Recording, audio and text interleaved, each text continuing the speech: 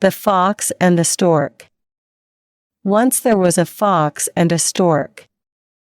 The fox was selfish, but he decided to invite the stork for dinner. The stork was extremely happy to be invited, and she reached his house on time. The fox opened the door and invited her in. They sat on the table. The fox served her some soup in shallow bowls. While the fox licked up his soup, the stork couldn't drink it because she has a long beak and the bowl was too shallow. The next day, the stork invited the fox over for dinner. She served him soup as well, but in 2 narrow vases.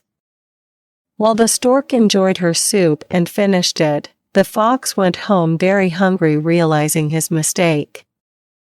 Moral of the story: don't be selfish, because it will come back to you at some point.